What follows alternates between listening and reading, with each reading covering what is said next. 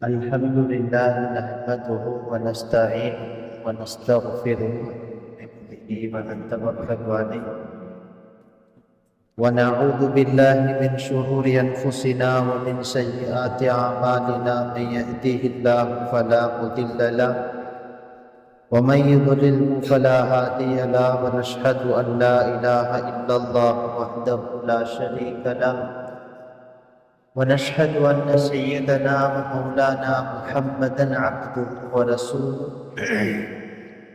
الذي أرسل بالحق بشيرا ونذيرا وداعيا إلى الله بإذنه وسراجا منيرا. أما بعد فأعوذ بالله من الشيطان الرجيم. بسم الله الرحمن الرحيم. إن الله وملائكته يصلون على النبي يا أيها الذين آمنوا صلوا عليه وسلموا تسليما. اللهم صل على سيدنا محمد وعلى آل سيدنا محمد وبارك وسلم عليه.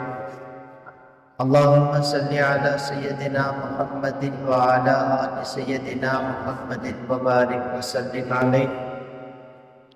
اللهم صل على سيدنا محمد الذي قرنت البركة بذاته ومحياه وتعدلت العوالم بذكره ورياه.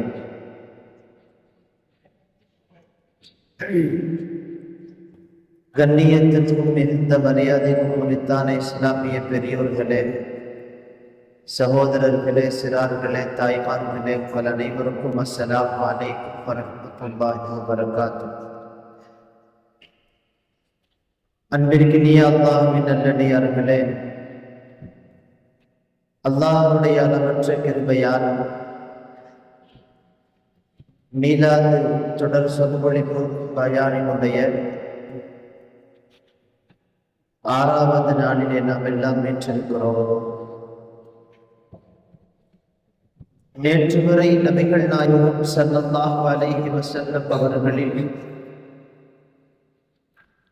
தாதா அப்துல் முத்தலிப் அவர்கள் வஃபாத்தான வரலாற்றை நாம் எல்லாம் கேட்டிருக்கிறோம்.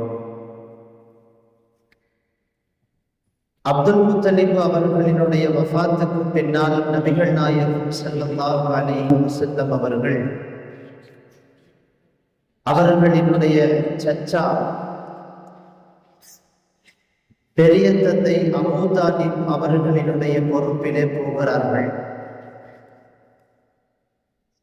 அபூ தாலிப் அவர்களுக்கு 3 ஆண் குழந்தைகள் இருக்கிறார்கள். பெரிய வசதி எல்லாம் இல்லை. சுருங்கிய சம்பாத்தியத்திலே அவர்களினுடைய பொருளாதாரங்கள். இதற்கிடையில் நபிகள் நாயகம் ஸல்லல்லாஹு அலைஹி வஸல்லம் அவர்கள்தான் வளர்த்தெடுக்க வேண்டும் என்கிற ஒரு கட்டாயமான சூழ்நிலை. நபிகள் நாயகம் ஸல்லல்லாஹு அலைஹி வஸல்லம் அவர்களை தங்களினுடைய பொறுப்பினை எடுத்துக்கொண்டு அவர்களை தங்களுடைய மகன்களில் ஒருவராக நினைத்து வளர்க்கிறார்கள் அபூ தாலிப் அவர்கள். அபூ தாலிப் அவர்களினுடைய பொறுப்பிலே ரசூல் ஸல்லல்லாஹு அலைஹி வஸல்லம் அவர்களினுடைய 50 வயதுகளை தாண்டி அபூ தாலிப் அவர்களின் பொறுப்பிலே தான் நபிகள் நாயகம் ஸல்லல்லாஹு அலைஹி வஸல்லம் அவர்கள் இருந்ததாக வரலாற்றிலே நாம் பார்க்கிறோம். அந்த அடிப்படையில் அபூ தாலிப் அவர்களினுடைய பொறுப்பிலே ரசூல் ஸல்லல்லாஹு அலைஹி வஸல்லம் அவர்கள் வந்ததற்கு பின்னால் பயணங்களுக்கு போகிற போதெல்லாம் நபிகள் நாயகத்தை அவர்களோடு அழைத்து கொண்டு செல்லுவது வழக்கம். ஷாம் தேசத்திற்கு வியாபாரத்திற்காக வேண்டி போகக்கூடிய அபூ தாலிப் அவர்கள் நபிகள் நாயகம் அவர்களுக்கு அப்போது 12 வயது இருக்கும். ரசூலுல்லாஹையும் அவர்களோடு அழைத்து கொண்டு ஷாம் தேசத்திற்கு போகிறார்கள். போகக்கூடிய வழியிலே பசரா என்கிற ஒரு நகரம். அந்த நகரத்திலே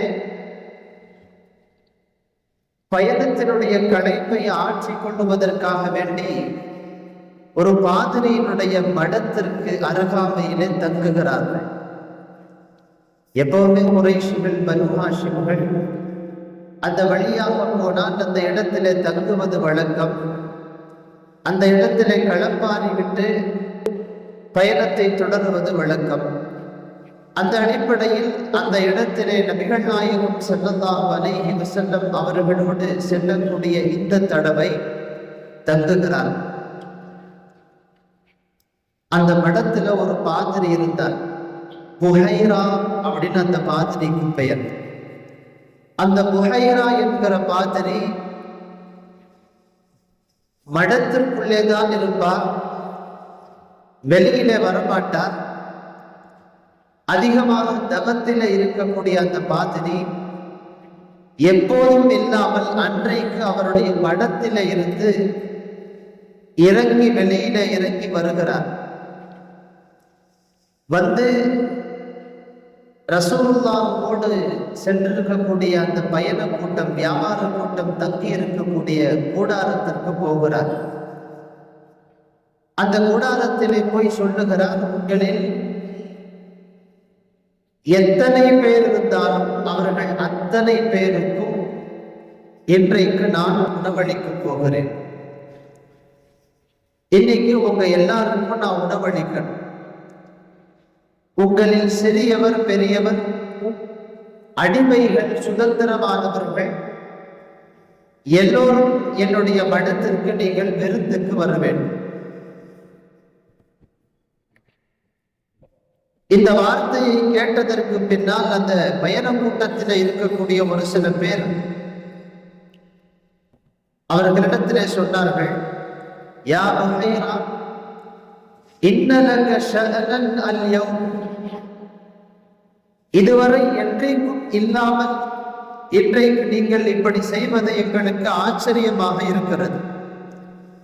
மா குன்து தஸ்னஉ ஹாதா பினா வகத் குன்னா நமிரு பிக கஸீரன், இந்த பாதையாக நாங்கள் அதிகம் கடந்து போகிறோம், இந்த இடத்துல பல தடவை நாங்கள் தங்கி இருக்கிறோம்.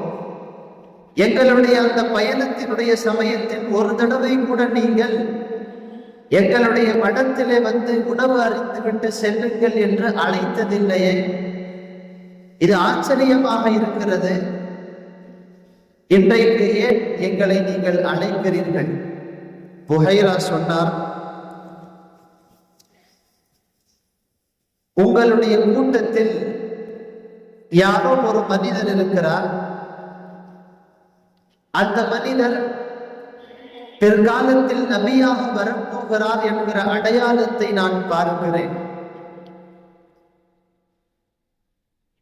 காரணம், எங்களுடைய வேதங்களில் சொல்லப்பட்டிருக்கிறது. குறிப்பிட்ட ஒரு மரத்தை காட்டி அவர் சொல்லுகிறார்,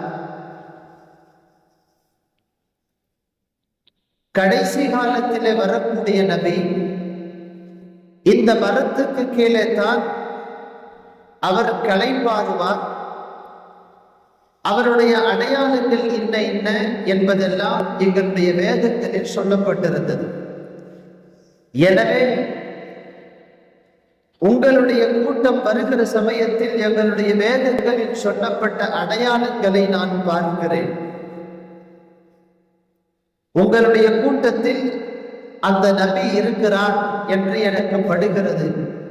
எனவே அந்த நபியினுடைய அடையாளங்கள் இன்னமும் சில இருக்கிறது. அந்த அடையாளத்தை வைத்து அவருடைய நபித்துவத்தை நான் உறுதி செய்ய போகிறேன் என்று அந்த கூட்டத்தை உணவுக்காக அழைத்தார்.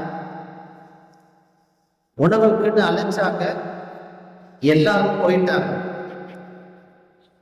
ஆனால் நபிகள் நாயகம் ஸல்லல்லாஹு அலைஹி வஸல்லம் அவர்கள் உறங்கி விட்டார்கள் என்பதற்காக வேண்டி அவர்களை மட்டும் கூடாரத்திலேயே விட்டுவிட்டு எல்லாரும் போயிட்டாங்க. அந்த பாதிரி வந்த எல்லோரையும் பார்த்துவிட்டு அவர்களின் முகத்தை பார்த்துவிட்டு சொன்னார், உங்களில் இன்னும் யாரும் ஒரு ஆள் வர வேண்டி இருக்கிறது. இல்லை எல்லாரும் வந்துட்டாங்க, இல்லை யாரோ ஒருவர் வராமல் இருக்கிறார். கடைசியில ஒருத்தர் சொன்னார், ஒரு சின்ன பையன், 12 வயசு பையன், முகம்மதுன்னு அவருக்கு பேரு, அவரு கொஞ்சம் தூங்கிட்டாருன்னு அவரை மட்டும் விட்டுட்டு வந்துட்டேன். அந்த மாதிரி சொன்னார், அவரையும் அழைத்து கொண்டு வாருங்கள். போய் கூப்பிட்டு வந்தாங்க. நபிகள் நாயகம் ஸல்லல்லாஹு அலைஹி வஸல்லம் அவர்களின் முகத்தை பார்த்த உடனேயே அவர் குறிப்பிட்ட ஒரு இடத்தை சொல்லி, வரலாற்றிலே தொடை என்று வருகிறது, வேறு சில அறிவிப்புகளில் இடுப்பு என்று வருகிறது, உங்களுடைய அந்த குறிப்பிட்ட இடத்தில் மச்சம் இருக்கிறதா என்று கேட்டார். அதாவது தௌராத்திலேயோ இன்ஜீல்லையோ ரசூலுல்லாஹ்வினுடைய அடையாளங்கள் எவ்வளவு தூரம் அழுத்தமாக சொல்லப்பட்டிருந்தால் அங்க அடையாளங்கள் என்று சொல்லப்படுகிற மறைந்திருக்கக்கூடிய அடையாளங்களையும் முகத்தை பார்த்தவுடனே இவரால் சொல்ல முடியும். ரசூலுல்லாஹ்வுடைய முகத்தை பார்த்த உடனே அவர் சொன்னார். நபிகள் நாயகம் ஸல்லல்லாஹு அலைஹி வஸல்லம் அவர்கள் ஆம் என்று சொன்ன ரசூலுல்லாஹ்வினுடைய முதுகிலே இருக்கிற அந்த முத்திரையை திறந்து பார்த்துவிட்டு, இவர்தான் கடைசி காலத்தில் வரவிருக்கிற நபி, எங்களுடைய வேதங்களில் சொல்லப்பட்ட அந்த அறிவிப்பின்படி கடைசி காலத்து நபி குறிப்பிட்ட இந்த மரத்திற்கு கீழே வந்து தங்குவார் என்று சொல்லப்பட்டிருந்தது. அவர் வந்தால் அவரை பார்த்து அவருக்கு முன்னறிவிப்பு செய்ய வேண்டும் என்பதற்காக வேண்டியே நான் இந்த இடத்தில் மடத்தை கட்டிக்கொண்டு பல்லாண்டு காலங்களாக தியானத்திலே இருக்கிறேன். உஹைரா சொல்லுகிறார், இந்த புஸ்ரா என்கிற அந்த கிராமத்துக்குள்ள இருக்கக்கூடிய ஒரு மடாதிபதி, ஒரு மடத்திற்குள்ள இருக்கக்கூடிய ஒரு பாதிரி, இதை அந்த கூட்டத்திடத்திலே சொல்லிவிட்டு அவர் சொன்னார், உங்களுடைய பயணம் இப்போது எங்கே செல்ல போகிறீர்கள்? ஷாம் தேசத்துக்கு வியாபாரத்துக்காக போறோம்னு சொன்னாங்க அபூ தாலிப் இடத்திலே சொன்னார், தயவு செய்து இந்த சிறுவனை ஷாம் தேசத்திற்கு நீங்கள் அழைத்து கொண்டு செல்ல வேண்டாம். செல்லக்கூடிய வழியில் நான் கண்டுபிடித்ததை போல் ஏதாவது அடையாளங்களை அந்த யூதர்கள் கண்டுபிடித்து விட்டால் கண்டிப்பாக இவருடைய உயிருக்கு ஆபத்து இருக்கிறது. எனவே இவரை திருப்பி அனுப்பிவிடுங்கள் அப்படின்னு அபூ தாலிப் அவர்களிடத்தில் சொன்ன போது ஒரு சில வரலாற்று கிதாபுகளிலே எழுதுகிறார்கள், அபூ தாலிப் அவர்கள் பத்திரமாக அவர்களை ரசூல் ஸல்லல்லாஹு அலைஹி வஸல்லம் அவர்களை அழைத்து கொண்டு போய் மீண்டும் மக்காவுக்கு திரும்பி போனார். வேறு சில பெரும்பாலான அறிவிப்புகளில் வருகிறது, ரசூல் ஸல்லல்லாஹு அலைஹி வஸல்லம் அவர்களை அபூ தாலிப் அவர்கள் திருப்பி அனுப்பிவிட்டார். அந்த புஸ்ரா அப்படிங்கிற அந்த கிராமத்தில இருந்து மக்காவுக்கு திருப்பி அனுப்பி பத்திரமாக முகம்மதை வீட்டுக்கு அழைத்து சென்று விடுங்கள், காரணம் இவருடைய உயிருக்கு ஆபத்து இருக்கிறது என்று அந்த பாதிரியார் சொல்லுகிறார். ரசூலுல்லாஹ் சேஃபா கொண்டு போயிட்டார். நபிகள் நாயகம் ஸல்லல்லாஹு அலைஹி வஸல்லம் அவர்களினுடைய வளர்ச்சியிலே அவங்க வளர வளர வளர ஒவ்வொரு அடையாளங்களாக ஒவ்வொருவர்களும் பார்த்து பார்த்து இந்த அடையாளம் நாம் எங்கோ பார்த்த மாதிரி தெரிகிறதே, படித்ததை போன்று தெரிகிறதே என்ற அடையாளங்களை சொல்ல அவர்களினுடைய நபித்துவத்தினுடைய அந்த அடையாளங்கள் வெளிப்பட்டு கொண்டே வருகிறது. ரசூல் ஸல்லல்லாஹு அலைஹி வஸல்லம் அவர்களினுடைய பருவ வயதை அடைகிறார்கள். 15 வயசு, பியூர் வாலிபம், இளம் துடிப்பு என்று சொல்லப்படுகிற அந்த வாலிப துடிப்பு வயசிலே ரசூல் ஸல்லல்லாஹு அலைஹி வஸல்லம் அவர்கள் அவங்க வாலிபத்துல இருக்கும்போது ஹர்புல் ஃபுஜார் அப்படின்னு ஒரு போர் மக்காவிலே நடைபெற்றது. அந்த ஹர்புல் ஃபுஜார் போரிலே குறைஷிகளும் பனு ஹாஷிம்களும் நிறைய பேர் கலந்து கொண்டார்கள். ரசூலுல்லாஹும் அந்த போர்ல இருந்தாங்க. ஆனால் எதிரிகளோடு அவர்கள் எந்த தாக்குதலையும் நடத்தவில்லை. அல்லாஹ் ரசூல் ஸல்லல்லாஹு அலைஹி வஸல்லம் அவர்களை சின்ன சின்ன கவனக்குறைவுகளிலே இருந்து கூட பாதுகாத்தார். அதாவது அர்துல் ஃபுஜார் நடந்தது வரலாற்றில் வருது, ஷவ்வால் மாசத்துல நடந்துச்சு. ஷவ்வால் மாதம் என்பது இஸ்லாமிய பார்வையில் போர் செய்யக்கூடாத மாதம். இஸ்லாமை பொறுத்தவரை போர் என்று சொன்னால் அல்லாஹுவினுடைய கலிமாவை உயர்த்தி பிடிப்பதற்காக வேண்டி மட்டும்தான் போர் என்பது செய்ய வேண்டும். வேறு உலக காரியங்களுக்காக ஒரு முஃமின் போர் செய்வதற்கு அவனுக்கு அனுமதி இல்லை என்கிற அந்த உன்னதமான அடிப்படையை வைத்துக் கொண்டு நபிகள் நாயகம் ஸல்லல்லாஹு அலைஹி வஸல்லம் அவர்களை உலக காரியத்திற்காக வேண்டி நடைபெற்ற அந்த போரிலே அவர்கள் கலந்து கொள்ளுவதிலே இருந்து அல்லாஹ் பாதுகாத்தார். வயசு, போர்ல கலந்துக்கிற வயசு, இளம் வயது, போரிலே கலந்து கொள்ளுவதற்கான எல்லா தகுதியும் இருந்தது. அவர்களின் குடும்பத்தார்கள் அந்த போரிலே கலந்து கொள்ளுகிறார்கள். அபூ தாலிப் அந்த போரிலே கலந்து கொள்ளுகிறார். எல்லாரும் இருக்கிறாங்க. ரசூலுல்லாஹ்வை மட்டும் அல்லாஹ் பாதுகாத்தார். ரசூலுல்லாஹ் அவர்களுடைய கையால் வாளை அந்த போரிலே பிடிக்கவும் இல்லை, ஈட்டியை அம்பை அவர்களின் கையிலே எடுக்கவும் இல்லை. அல்லாஹ் பாதுகாத்தார். ரசூல் ஸல்லல்லாஹு அலைஹி வஸல்லம் அவர்களை சின்ன சின்ன கவனக்குறைவுகளிலே இருந்து கூட அல்லாஹ் பாதுகாத்து கொண்டு வந்தான் என்பது அவர்களின் வரலாறு.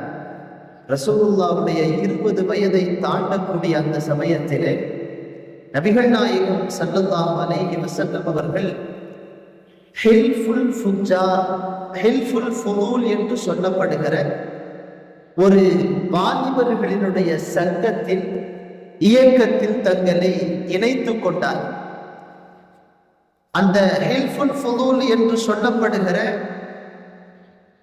வாலிபர்களின் ஒரு சிறிய இயக்கம், அந்த இயக்கத்தினுடைய அடிப்படையான நோக்கங்கள் என்னவென்று சொன்னால், மக்காவிலே நடக்கக்கூடிய அநியாயங்களை எதிர்த்து கேட்க வேண்டும். மக்காவிலே வியாபாரத்திற்காக வேண்டி பல நாடுகளிலே இருந்து வரக்கூடிய வியாபாரிகள், மக்காவினுடைய பெரும் தலைவர்கள் சில சமயங்களிலே அவர்களை ஏமாற்றிவிட்டு அநியாயம் செய்வதும், அவர்களுக்கு தர வேண்டிய ஹக்குகளை முறையாக நிறைவேற்றாமல் விடுவதும், நாங்கள் எல்லாம் குறைஷிகள், எங்களை யாரும் எதுவும் கேட்க முடியாது என்கிற அகந்தையோடு ஒரு விதமான அசட்டையோடு இருக்கக்கூடிய இந்த தன்மைகளை எல்லாம் பார்க்கிற போது மக்காவிலே ஒரு 4 கோத்திரத்தார்கள், பனு குர்ரா, பனு அசத், பனு ஹாஷிம், பனு சுஹ்ரா என்கிற 4 கபீலாவினுடைய 4 கோத்திரத்தார்களினுடைய வாலிபர்கள் எல்லோருமாக சேர்ந்து இந்த முடிவை எடுக்கிறார்கள். நாம் நம்முடைய ஊரிலே நடக்கக்கூடிய அநியாயங்களை தட்டி கேட்க வேண்டும். அதுல ரசூலுல்லாஹ்வுடைய சிச்சா பையன் ஜுபைர் இப்னு அபீ தாலிப் ஒருத்தர், அவரும் அந்த இயக்கத்திலே இருக்கிறார். அவர் நபிகள் நாயகம் ஸல்லல்லாஹு அலைஹி வஸல்லம் அவர்களின் வயது ஒத்தவர் என்று வருகிறது வரலாற்றிலே. ரசூலுல்லாஹையும் அந்த இயக்கத்திலே கொண்டு போய் சேர்ந்துட்டார். ரசூல் ஸல்லல்லாஹு அலைஹி வஸல்லம் அவர்கள் ஆரம்பத்திலே இருந்தே அவர்களினுடைய உள்ளம் அநியாயத்திற்கு எதிரான போராட்டம், அமைதியை நிலைநாட்ட வேண்டும் என்கிற தேட்டம், நியாயத்தை நிலைநாட்ட வேண்டும் என்கிற எண்ணம், இதுவெல்லாம் ரசூலுல்லாஹ் ஆரம்பத்திலேயே இருந்ததுனால ரசூலுல்லாஹ் இவர்களினுடைய இந்த இயக்கத்தினுடைய நோக்கங்கள் நன்றாக இருப்பதால் அதுல ரசூலுல்லாஹ் சேர்ந்துட்டாங்க. ஆனால் நபிகள் நாயகம் ஸல்லல்லாஹு அலைஹி வஸல்லம் அவர்கள் சேரக்கூடிய அந்த சமயத்தில் அந்த கூட்டத்தில் இருப்பவர்கள் எல்லோருமே காஃபிர்கள் தான், முஸ்லிம்கள் இல்லை. நோக்கம், அடிப்படையான நோக்கம் நல்ல நோக்கமாக இருந்ததால் ரசூலுல்லாஹ் அதுல போய் சேர்ந்துட்டாங்க. நிறைய பணிகளை செய்திருக்கிறார்கள். நீங்கள் வரலாற்றிலே படித்து பார்க்கலாம். விதவைகளுக்கு உதவி செய்வது, சம்பாதிக்க முடியாமல் கஷ்டப்படக்கூடியவர்களுக்கு பொருளாதார உதவிகளை செய்வது, ஊனமுற்றவர்களுக்கு அவர்களுக்கு தேவையான உதவிகளை செய்து கொடுப்பது, அனாதைகளை ஆதரிப்பது, வீட்டினுடைய பிரச்சனைகளை தீர்த்து வைப்பது வரை எல்லா விஷயங்களிலேயும் இந்த இயக்கம் மிக அழகாக செயல்பட்டது. நல்ல நோக்கத்தின் அடிப்படையில் ஒரு வாலிபர்களின் இயக்கம் செயல்பட்டால் அது காலமெல்லாம் பேசப்படும் என்பதற்கு இந்த ஹெல்ப்ஃபுல் ஃபுதூல் ஒரு அழகான உதாரணம். அதுல இருந்த எல்லாரும் முஸ்லிம்கள் இல்லை.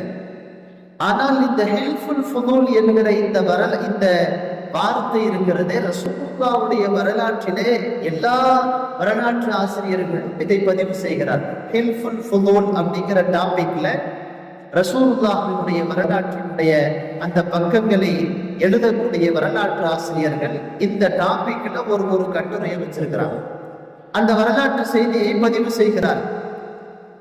அதிலே இருந்த பல பேர் காஃபிர்களாகவே வஃபாத்தாகி விட்டார்கள். அவர்கள் ரசூலுல்லாஹ்வுடைய நுபுவத் வரை இல்லை. அப்படி இருந்த போதிலும் அந்த ஹெல்ப்ஃபுல் ஃபுதூல் ஏன் ரசூலுல்லாஹ்வுடைய வரலாறு பேசப்படுது? வாலிபர்களின் ஒரு கூட்டம் நியாயத்தை நிலைநாட்டுவதற்காக அநியாயத்தை எதிர்த்து போராடக்கூடிய சமயத்தில் அந்த வாலிபர்களின் கூட்டம் காலமெல்லாம் பேசப்பட்டு கொண்டிருக்கும் என்பதற்கான ஒரு அழகான முன்மாதிரி ரசூலுல்லாஹ்வுடைய அந்த வரலாறு. ரசூல் ஸல்லல்லாஹு அலைஹி வஸல்லம் அவர்கள் தங்களுடைய அந்த வாலிப பருவத்தில் ஒரு அழகான வாழ்க்கையை வாழ்ந்து காட்டி இருக்கிறார்கள். இன்றைய வாலிப சமூகத்தில் ரசூலுல்லாஹ்வுடைய வரலாறை எடுத்து படிச்சு பாருங்க. அவங்களுடைய வாலிப பருவத்தில் மட்டும் ரசூல் ஸல்லல்லாஹு அலைஹி வஸல்லம் அவர்கள் எப்படி அவர்களுடைய வாழ்க்கையை அமைத்துக் கொண்டார்.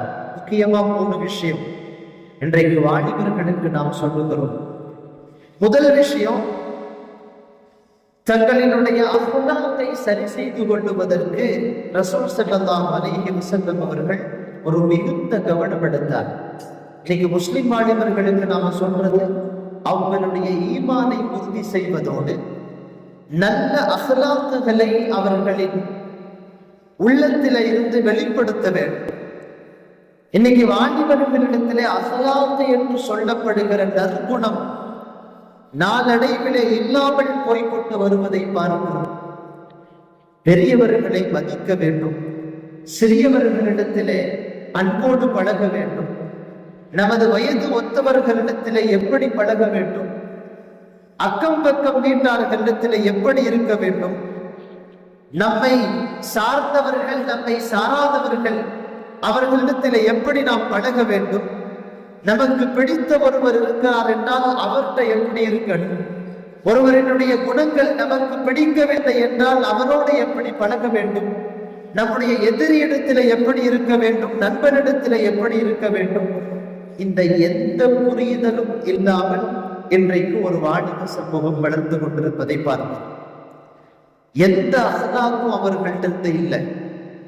கொடைத்தன்மை என்கிற அஹ்லாக், சுஜாஅத் என்கிற வீரம், எந்த ஒன்றையும் துணிச்சலோடு எதிர்கொள்ளுகிற துணிச்சல், பொறுமையோடு இருக்க வேண்டும் என்கிற பொறுமை மனப்பான்மை, யாரின் மீதும் பொறாமை கொள்ளக்கூடாது என்கிற அந்த மனப்பான்மை, எந்த ஒன்றையும் பாசிட்டிவ் என்று சொல்லப்படுகிற நேர்மறையாக அணுக வேண்டும் என்கிற அந்த முறைகள், எதை எடுத்தாலும் இன்னைக்கு நெகட்டிவா தான் எதையும் பார்க்கிறோம். யாரையாவது ஒருவரை திட்ட வேண்டும் என்று சொன்னால் அவன் எவ்வளவு நேரம் வேண்டுமானால் அவனால் திட்ட முடியும். ஆனால் யாரிடமாவது இருக்கிற நற்குணங்களை நல்ல விஷயங்களை எடுத்து பேசு என்று சொன்னால் அவனால் பேச முடியாது. இன்னைக்கு அப்படி ஒரு வாலிப சமூகம் உருவாகி கொண்டிருப்பதை பார்க்கணும். ஒருத்தர்கிட்ட கெட்ட விஷயமும் இருக்குது, நல்ல விஷயமும் இருக்குது. தீய விஷயங்களையே பேசி பேசி அவர்களின் மரியாதையை குறைத்துக் கொள்ளக்கூடிய வாலிப சமூகத்தை இன்றைக்கு நாம் பார்த்து கொண்டிருக்கிறோம். குறிப்பாக சமூக வலைதளங்களில் அல்லாஹ் பாதுகாக்க வேண்டும் நம் இஸ்லாமிய சமூகத்தை. நபிகள் நாயகம் ஸல்லல்லாஹு அலைஹி வஸல்லம் அவர்கள் எந்த ஒன்றையும் நேர்மறையாக பாசிட்டிவ் திங்கோடு அவர்களினுடைய தன்மைகளை பார்க்கிறோம். ரசூலுல்லாஹ் சிலை வணக்கம் என்பது அவர்களுக்கு அல்லாஹ் அவங்களை முழுசா பாதுகாத்து வச்சிருந்தான் என்பதை தாண்டி உள்ளத்தால் ஒரு வெறுப்பு அதன் மீது அவர்களுக்கு இருந்தது. மக்காவிலே விக்கிரகங்களை வணங்கி கொண்டிருந்த அந்த சமூகத்தில பிறந்த நபிகள் நாயகம் அவர்களுக்குள்ளே விக்கிரகங்களை பார்த்தால் ஒரு வெறுப்பு. மக்காவிலே மதுவுக்கும் மாதுவுக்கும் அடிமைப்பட்டு கிடந்த அந்த சமூகத்திலே இருந்த நபிகள் நாயகத்தின் உள்ளத்தில் மதுவையும் மாதுவையும் பார்க்கிற போதே ஒரு வெறுப்புணர்வு.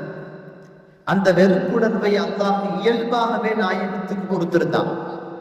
தங்களை அதிலே இருந்து பாதுகாத்து வைத்திருந்தார்கள் என்பதை தாண்டி அந்த சமூகத்திடத்தில் இருக்கக்கூடிய அந்த தீய குணங்களை திரும்ப திரும்ப பேசி அவர்களை எதிர்க்கக்கூடிய மனப்பான்மை ரசூலுல்லாஹ்ட்ட இல்லை. இதுதான் இங்க நாம கவனிக்க வேண்டிய விஷயம். ரசூலுல்லாஹ் அவர்களுடைய வாலிப பருவத்தில் நபித்துவம் தரப்படவில்லை. இன்னும் அவர்கள் தங்களுடைய ஏகத்துவ கொள்கையை சமுதாயத்தில் எடுத்து பேசவில்லை. அந்த நேரத்தில் நபிகள் நாயகத்தினுடைய உள்ளத்திலே விக்கிரகங்களின் வணக்கங்கள், இணை வைப்புகள், மதுவின் மீதும் மாதுவின் மீதும் சூதாட்டத்தின் மீதும் வட்டியின் மீதும் அவர்களுடைய உள்ளத்திலே ஒரு வெறுப்புணர்வை அல்லாஹ் கொடுத்தான். அந்த வெறுப்புணர்வை அடுத்தவங்க மேல ரசூலுல்லாஹ் திணிக்கல. நான் அதை வெறுக்கிறேன், அதனால் எல்லோரும் அதை வெறுக்க வேண்டும் என்று அவர்களை எதிர்த்து போகவில்லை. ஆனால் ரசூலுல்லாஹ் பாசிட்டிவாக அந்த மக்களை வழிநடத்தினார். ஒற்றுமையாயிருங்க, சின்ன பிரச்சனை ஏதாவது வந்தாலும் ரசூலுல்லாஹ் அதை தீர்த்து வைப்பார். ஒற்றுமையாக இருப்பதற்காக வேண்டி போராடினார்கள் அவர்களின் சமூகத்திலே. சின்ன சின்ன விஷயங்களுக்கெல்லாம் சண்டை போட்டுக் கொள்ளாதீர்கள் என்று அவர்களை அழகிய ஆலோசனைகளிலே வழிநடத்தினார்கள் நபிகள் நாயகம் ஸல்லல்லாஹு அலைஹி வஸல்லம் அவர்கள். அநியாயங்களை அழிக்க வேண்டும் என்று நியாயத்தை நிலைநாட்டுவதற்காக போராடினார்கள். நல்ல விஷயங்களை எடுத்துட்டு போனாங்க. தானாக தீய விஷயங்கள் அவர்களிடமிருந்து அழிந்தது என்பது மக்காவினுடைய வரலாறு. ஒரு கெட்ட விஷயம் இருக்குது என்று சொன்னா அந்த கெட்ட விஷயத்தை, தவறான விஷயத்தை சாடிக்கொண்டு விமர்சித்துக் கொண்டு பேசிக்கொண்டே இருப்பதால் அந்த தவறு இங்கே இருந்து அழிய போவதில்லை.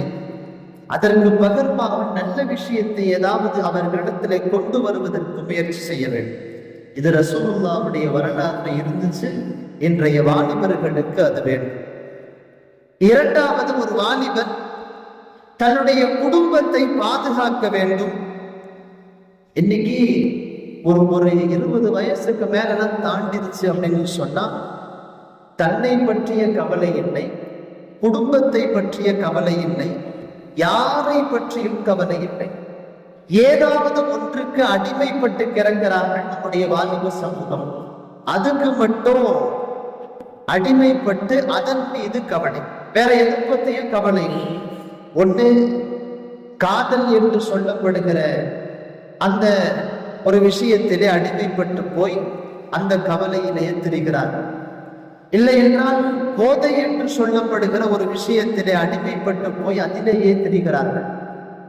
இல்லைன்னு சொன்னா இந்த சினிமா, நம்மளுடைய தொலைத்தொடர்பு சாதனங்கள், போன், செல்போன், இந்த விஷயங்களில், சமூக வலைதளங்களில் அதுல ஒரு விதமான மோகத்தில் அதிலே அடிமைப்பட்டு போய் ஒரு நாள் ரீல்ஸ் பார்க்கலன்னா, ஒரு நாள் ரீல்ஸ் போடலைன்னா இவனுக்கு தூக்கமே வராதுங்கிற அளவுக்கு அடிமைப்பட்டு போய் கிடக்கிற ஒரு சமுதாயமாக இன்றைக்கு இளைய சமூகம் வந்து கொண்டிருப்பதை பார்க்கிறோம். ரசூலுல்லாஹ், நான் ஆரம்பத்துல சொன்னல, அபூ தாலிப் அவங்க ரொம்ப ஏழ்மையில தான் இருந்தாங்க. ரசூலுல்லாஹி ஸல்லல்லாஹு அலைஹி வஸல்லம் அவர்களை, அவர்களின் செலவுகளையும் சேர்ந்து பார்த்து கொள்ளக்கூடிய சிரமத்தை ஏற்றுக்கொள்ளுகிற இடத்தில் அபூ தாலிப் அவர்கள் இல்லை. மக்காவுடைய தலைவர் தான். ஆனால் தலைவர் என்பதால் பெரிய பில்லியன் கணக்கிலே அவர்களிடத்தில் சொத்துகள் இருந்தது என்று சொல்ல முடியாது. ஏழ்மையிலே தான் இருந்தார்கள். அபூ தாலிப் அவர்களுக்கு 2, 3, 4 ஆண் பிள்ளைகள் ஆல்ரெடி இருக்கிறாங்க. ரசூலுல்லாஹ் 5வது 4வது அவங்களுடைய வீட்டுல இருக்காங்க. இப்போ ரசூல் ஸல்லல்லாஹு அலைஹி வஸல்லம் என்ன பண்ணாங்க, தங்களுடைய சச்சா அப்பாஸ் ரலியல்லாஹு அன்ஹு அவங்கள்ட்ட ஒரு ஆலோசனை சொன்னாங்க. ரசூலுல்லாவுடைய வரலாறுல இந்த மாதிரி வாலிபத்திலேயே நிறைய இடங்கள்ல ரசூலுல்லா தங்களுடைய குடும்பத்தின் கவலையை மனதிலே சுமந்ததற்கான பல்வேறு வரலாற்று குறிப்புகள் இருக்கிறது. அதுல இது ஒரு வரலாற்று குறிப்பு. அப்பாஸ் ரலியல்லாஹு அவங்களும் ரசூலுல்லாவை விட கொஞ்சம் பெரிய வயசு, அவங்களும் நல்லா சம்பாதிச்சிட்டு இருக்கிறாங்க. ரசூல் ஸல்லல்லாஹு அலைஹி வஸல்லம் 20 வயசு, அவர்களும் தனியாக சம்பாதிப்பதற்கு துவங்கி விட்டார்கள்.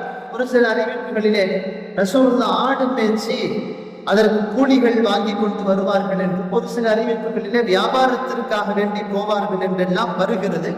ரசூலுல்லாஹ் வியாபாரம் செஞ்சாங்களோ அல்லது கூலி தொழில் செய்தார்களோ ஏதோ ஒரு அடிப்படையில் வருமானத்திற்கான வழியை செய்தார்.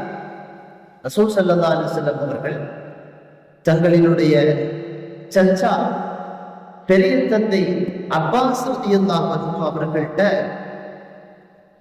சொல்றாங்க, அபூ தாலிப் அவர்களுக்கு பொருளாதாரத்திலே ஒரு தொய்வு இருக்கிறது, ரொம்ப கஷ்டப்படுறார் 4 பிள்ளைகளை வைத்துக் கொண்டு.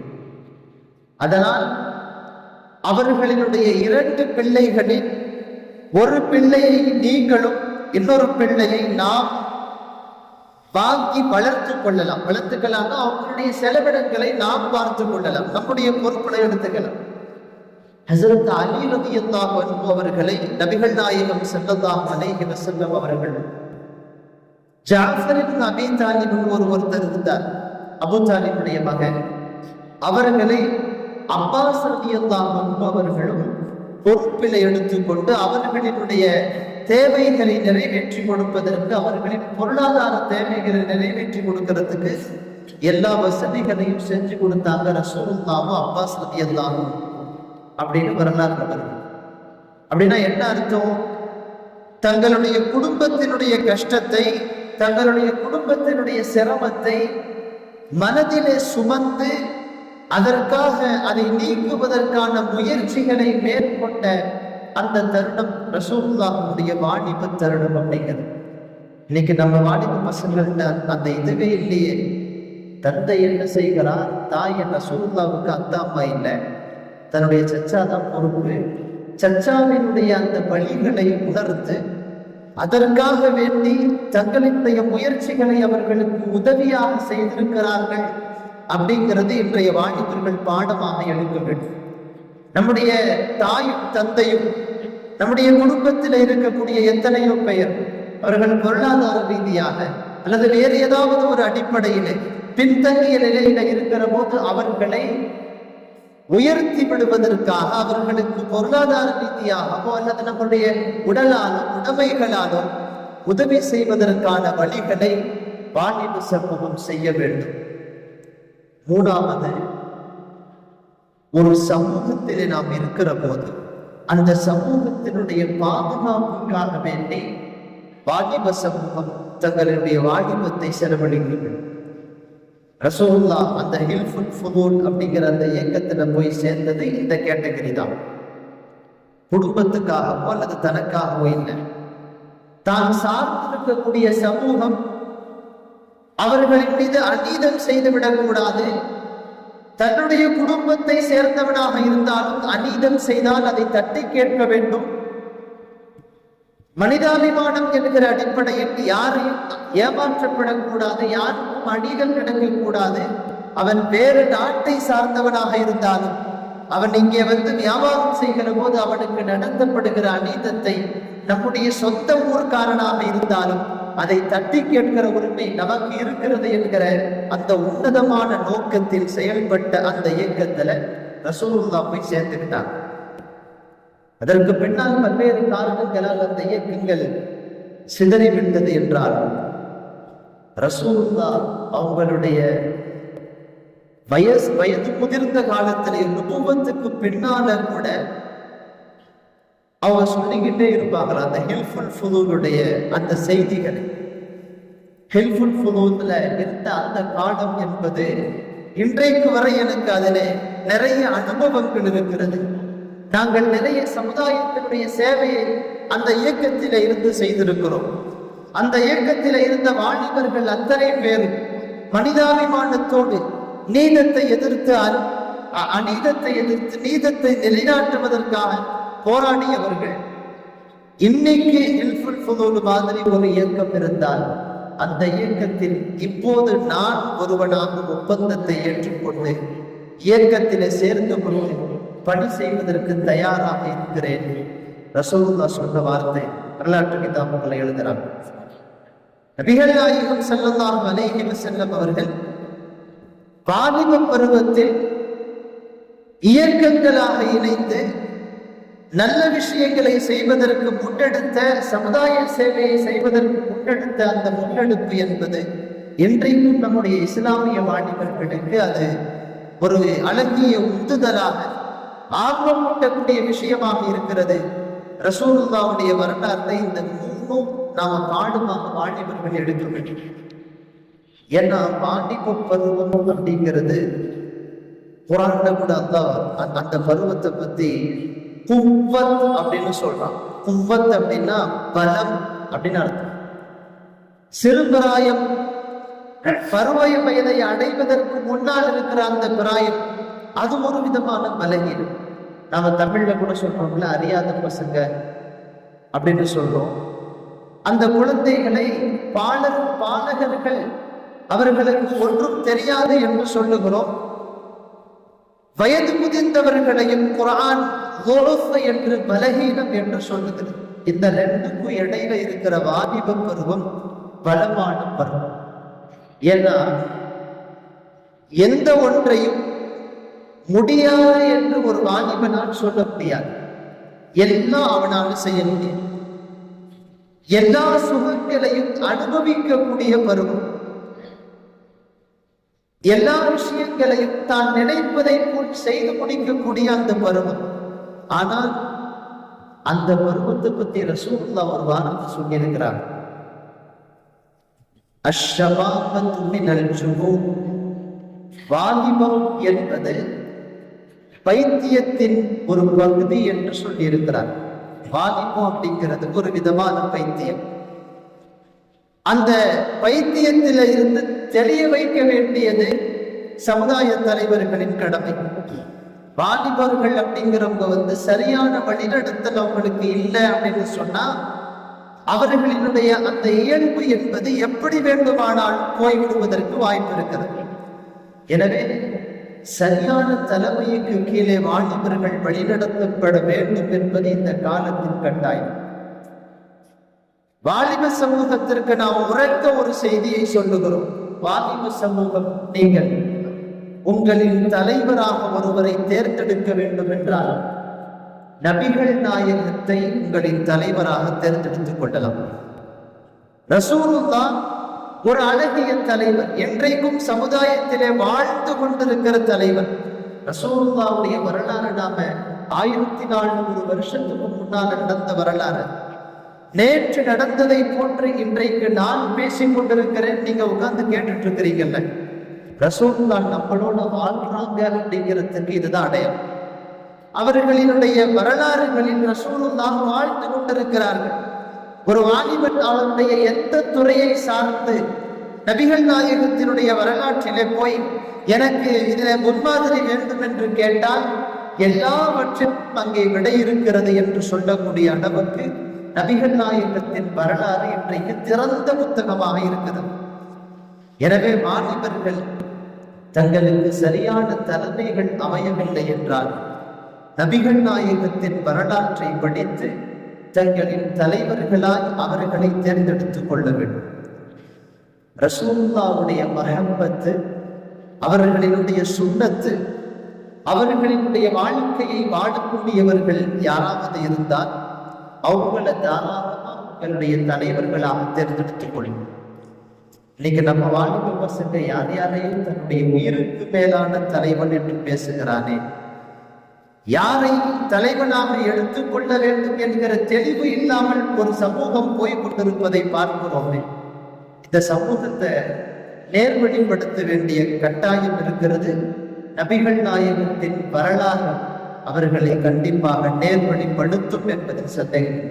ரசூலுல்லாஹ்வுடைய வரலாறு இன்றைய வாலிபர்கள் நடுநிலை கண்ணோட்டத்தோடு படிக்க வேண்டும், கேட்கணும். இந்த மீலாது பயான் மாதிரி இந்த மாதிரி பயான்கள் வச்சா கூட ஒரு சில பேர் தான் கருப்பு தாடி இருக்குது, நிறைய வெள்ள தாடி தான் கூட உட்கார்ந்துருக்கிறாங்க. வாலிபக சமூகத்திற்கு கொண்டு போய் சேர்க்க வேண்டிய செய்திகள் நபிகள் நாயகத்தினுடைய வரலாறு. ஏன்னா ரசூலுல்லாவுடைய வரலாறு நீங்க வருஷம் ஒரு தடவை கேட்கவோ அல்லது வாசிக்கவோ செய்து விட்டால் நபிகள் நாயகத்தை தவிர தலைமைத்துவத்திற்கு தகுதியானவர்கள் வேறு யாரும் இருக்க முடியாது என்று சொல்லக்கூடிய அளவுக்கு ரசூலுல்லாவை நேசிக்க ஆரம்பிச்சோம். அந்த நேசம் உள்ளத்துல வந்துடுச்சுன்னா அதுதான் நபிகள் நாயகம் ஸல்லல்லாஹு அலைஹி வஸல்லம் அவர்களின் மீது நாம் அன்பு வைத்திருக்கிறோம் என்பதற்கான அடையாளம். நம்மளுடைய ஈமானை அப்பதான் பூர்ணமாக சொல்றாங்க ரசூலுல்லாஹ்.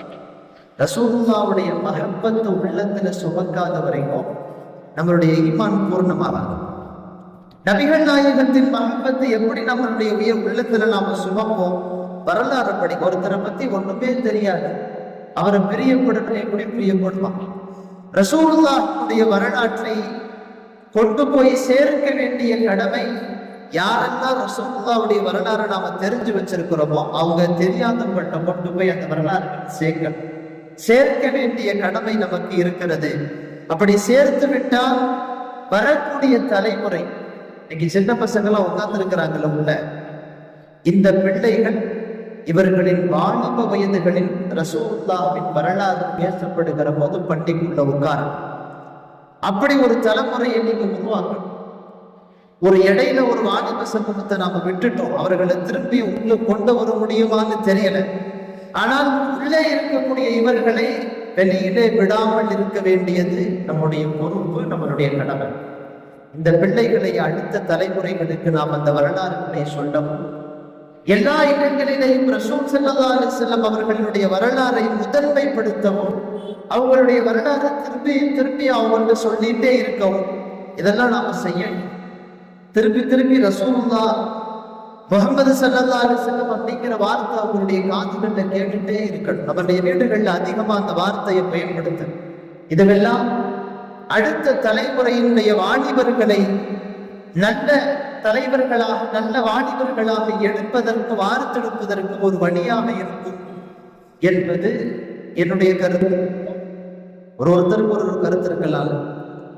என்னுடைய கருத்தை நான் சொல்லுகிறேன். அடுத்த தலைமுறையினர்களை அழகான தலைமுறையாக வார்த்தெடுக்க வேண்டும் என்று நினைத்தால் ரசூலுல்லாஹ்வுடைய வரலாற்றை அவர்களுடைய காதுகளிலே விழுந்து கொண்டே இருப்பதற்கான வழிகளை செய்யுங்கள்.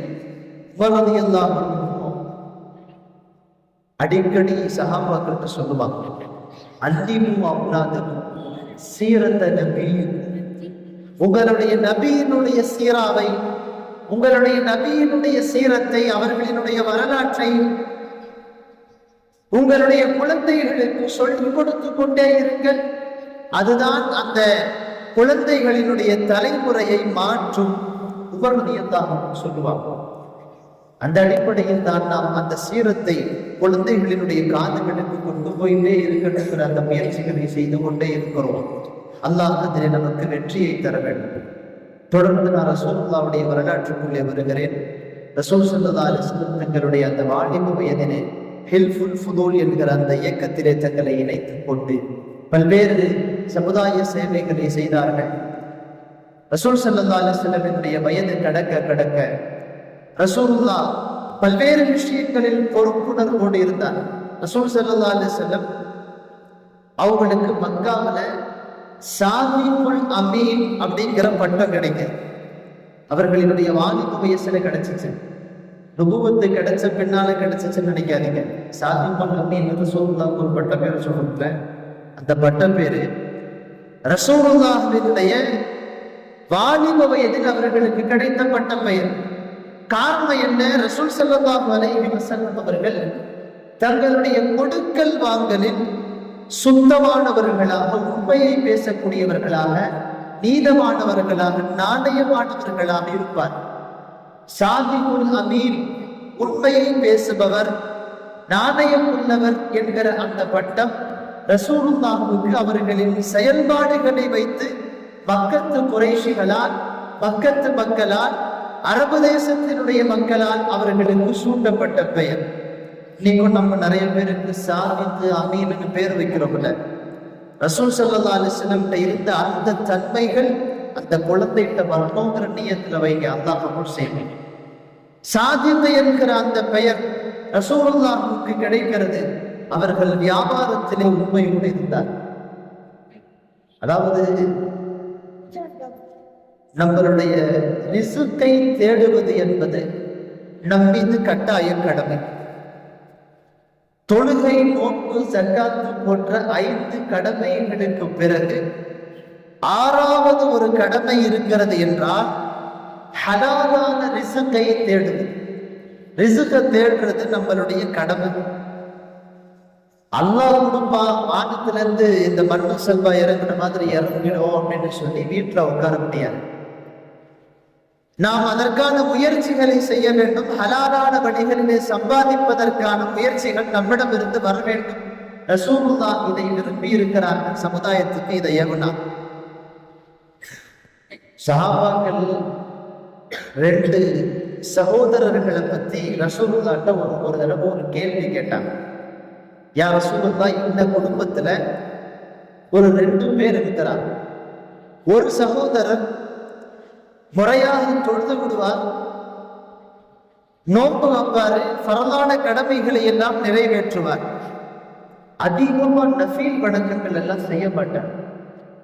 ஆனால் தன்னுடைய குடும்பத்திற்கு தேவையான எல்லா பொருளாதார வசதிகளையும், அவருடைய வேலை காலையில ஃபஜர்லாம் தொழுதுட்டு அவருடைய கடமைகளை எல்லாம் முடிச்சுட்டு காடுகளுக்கு போவார், விறகுகளை வெட்டி கொண்டு வருவார், வந்து சந்தையில அந்த விறகுகளை விற்பார். அதை விற்று அதில் இருந்து வருகிற காசுகளை தன்னுடைய குடும்பத்திற்கு செலவழிப்பார். இந்த சகோதரனுடைய இன்னொரு சகோதரர் இருக்கிறாரு. அவர் எப்பயுமே வீட்டுல தான் இருப்பார், சம்பாதிக்கிறதுக்கெல்லாம் போக மாட்டார். ஆனால் இவரை விட அதிகமாக ஃபர்லான வணக்கங்களை தாண்டி நஃபீலான வணக்கங்களை அதிகமாக செய்வார். காலையில இருந்து இருக்கக்கூடிய நஃபீல், இஷ்ராக், துஹா, அவாபீன், என்னென்ன தொழுகைகள் எல்லாம் இருக்கிறதோ எல்லா நஃபீலான வணக்கங்களையும் தொழுகைக்கு பின்னால் ஆஜத்து நஃபீல், சுக்ரியா நஃபீல், தௌபா நஃபீல், நிறைய நஃபீலான வணக்கங்களை தொழுகுவார். குர்ஆன் ஓதுவார் வீட்டில் உட்கார்ந்து. வாரத்தில் 2 நாள் திங்கட்கிழமையும் வியாழக்கிழமையும் நோன்பு வைக்கிறார். மாதத்தில் 3 நாள் 13, 14, 15 நஃபீலான வணக்கங்களை செய்கிறார். நஃபீலான வணக்கங்களை நிறைய செய்கிறார். அவருடைய அந்த சகோதரர் ஆனா சம்பாதிக்கிறது இல்லை. அவருக்கும் சேர்த்து இந்த விறகு வெற்றவர் தான் சம்பாதிச்சு கொண்டு வந்து கொடுக்கிறார். ரசூலுல்லாஹ் சொன்னாங்க, அல் காசிபு அஃதல் மினல் ஆபித். அந்த வணக்கசாலியை விட இந்த காசிப், தன்னுடைய பொருளாதாரத்தை சம்பாதிப்பதற்காக வேண்டி முயற்சி செய்யக்கூடிய இந்த சகோதரர் அவரை விட சிறந்தவர் சொன்னாங்க ரசூலுல்லாஹ். நான் சொல்ல வர்ற செய்தி என்னன்னா, நம்மளுடைய ரிசுக்கை ஹலாலான வழியிலே தேடிக்கொள்ளுவதற்கு நாம் செய்ய வேண்டிய முயற்சியை நம்முடைய புறத்தில இருந்து முறையாக செய்ய வேண்டும். கடையை காலையில போய் திறந்து உட்கார வேண்டியது நம்முடைய கடமை. ஃபஜருடைய தொழுகைக்கு பின்னால் நஃபீலான ஒரு சில வணக்கங்களை செய்து முடித்ததற்கு பின்னால், குர்ஆன் ஓதியதற்கு பின்னால் கடையை போய் திறந்து கொண்டு அமர்வது நம்முடைய கடமை.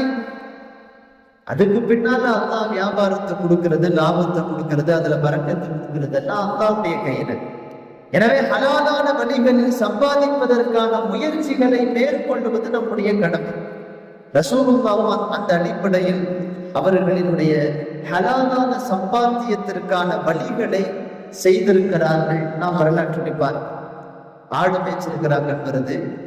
ஒரு சில அறிவிப்புகள்ல தண்ணி இறைத்து கொடுத்து அதிலிருந்து வரக்கூடிய பேரித்தம்பழங்களை வாங்கி தங்களுடைய வயிற்று பசியை ஆற்றி இருக்கிறார்கள்.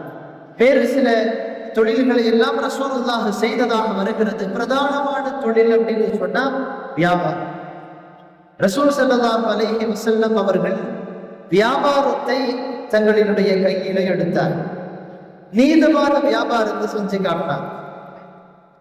தொழிலாளிகளுக்கும் உதாரணமா இருக்கணும் ரசூலுல்லாஹ், வியாபாரிகளுக்கும் உதாரணமா இருக்கணும். எனவே அல்லாஹ் அவர்களை கொண்டு தொழில்களையும் செய்ய வைத்தார், வியாபாரத்தையும் செய்ய வைத்தார். வியாபாரிகளுக்கான இலக்கணங்களை நபிகள் நாயகம் ஸல்லல்லாஹு அலைஹி வஸல்லம் அவர்கள் மிக அழகாக சமுதாயத்துக்கு சொல்லித் தர்றார். அத்தாஜிரு ஸதூகுல் அமீன், நீளமான நாணயம் உள்ள உண்மை பேசுகிற ஒரு வியாபாரி.